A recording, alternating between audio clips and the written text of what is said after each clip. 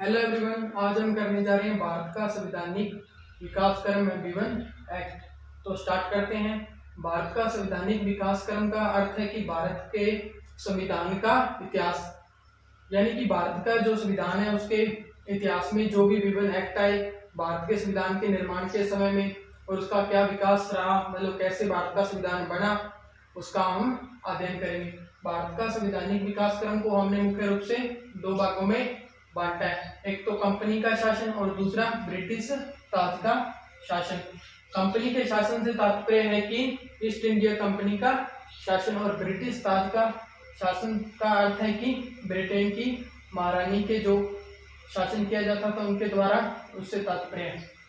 और कंपनी का शासन था, जो ईस्ट इंडिया कंपनी का शासन, वो 1773 ईस्वी से लेकर 1857 ईस्वी तक था। और जो ब्रिटिश ताज का शासन था वह था 1858 ईस्वी से लेकर 1947 ईस्वी तक। और ईस्ट इंडिया कंपनी का शासन 1773 से 1857 ईस्वी तक था। इसका मतलब ये नहीं है, ईस्ट इंडिया कंपनी की स्थापना तो पहले ही हो चुकी थी 31 दिसंबर 1600 ईस्वी को। और ये जो 1773 से 1857 तक था, ये मतलब भारत के संविधान की निर्माण की जो प्रक्रिया थी वो ईस्ट इंडिया कंपनी के द्वारा 1773 से आरंभ होती है और 1857 तक कंपनी का शासन, और इसमें ब्रिटिश, उसके बाद ब्रिटिश ताज का शासन 1858 ईस्वी से लेकर 1947 तक। इसमें जो मुख्य एक्ट है हमने इन एक्टों में बांट रखा है, और इन एक्टों के ऊपर हम विस्तार पूर्वक चर्चा हम हमारे आने वाले कुछ वीडियोस में करेंगे। इसमें हम बेसिक डायग्राम के माध्यम से समझने की कोशिश कर रहे हैं। इसमें प्रथम है 1773 का रेगुलेटिंग एक्ट। इसे व्यवस्थापन कानून या भारतीय संविधान, भारत के संविधान निर्माण की प्रक्रिया का प्रथम चरण भी कहते हैं। 1773 के रेगुलेटिंग एक्ट को भारत के संविधान निर्माण की प्रक्रिया का प्रथम चरण भी कहते हैं, और इसे व्यवस्थापन कानून के नाम से भी जाना जाता है। दूसरा 1781 का संशोधित अधिनियम। ये अधिनियम जो रेगुलेटिंग एक्ट की जो त्रुटियां थी, जो इसमें कमियां थी या गलतियां थी, उसको सुधार करने के लिए 1781 का संशोधित अधिनियम बनाया गया था। और 1784 का अधिनियम पिट्स इंडिया एक्ट। ये पिट कोई ब्रिटिश प्रधानमंत्री थे, उनके नाम से ये जारी किया गया था 1784 का पिट्स इंडिया एक्ट, या इसे एक्ट ऑफ सेटलमेंट के नाम से भी जाना जाता है। चौथा है 1786 का अधिनियम। पांचवा 1793 का चार्टर एक्ट। छठा है 1813 ईस्वी का चार्टर एक्ट।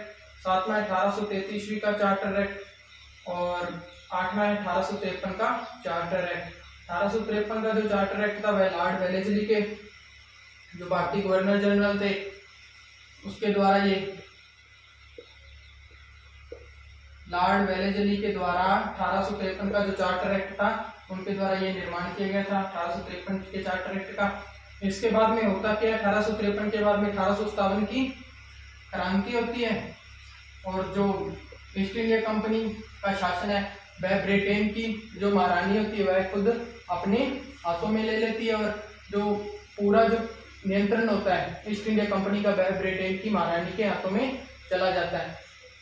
तो जो ब्रिटिश ताज का शासन है उसका जो प्रमुख पहला एक्ट था वो था 1858 ईस्वी का अधिनियम, जहाँ इसे इलाहाबाद घोषणा पत्र भी कहा जाता है, और भारतीय शासन को अच्छा बनाने वाला शासन भी 1858 ईस्वी के अधिनियम को कहते हैं।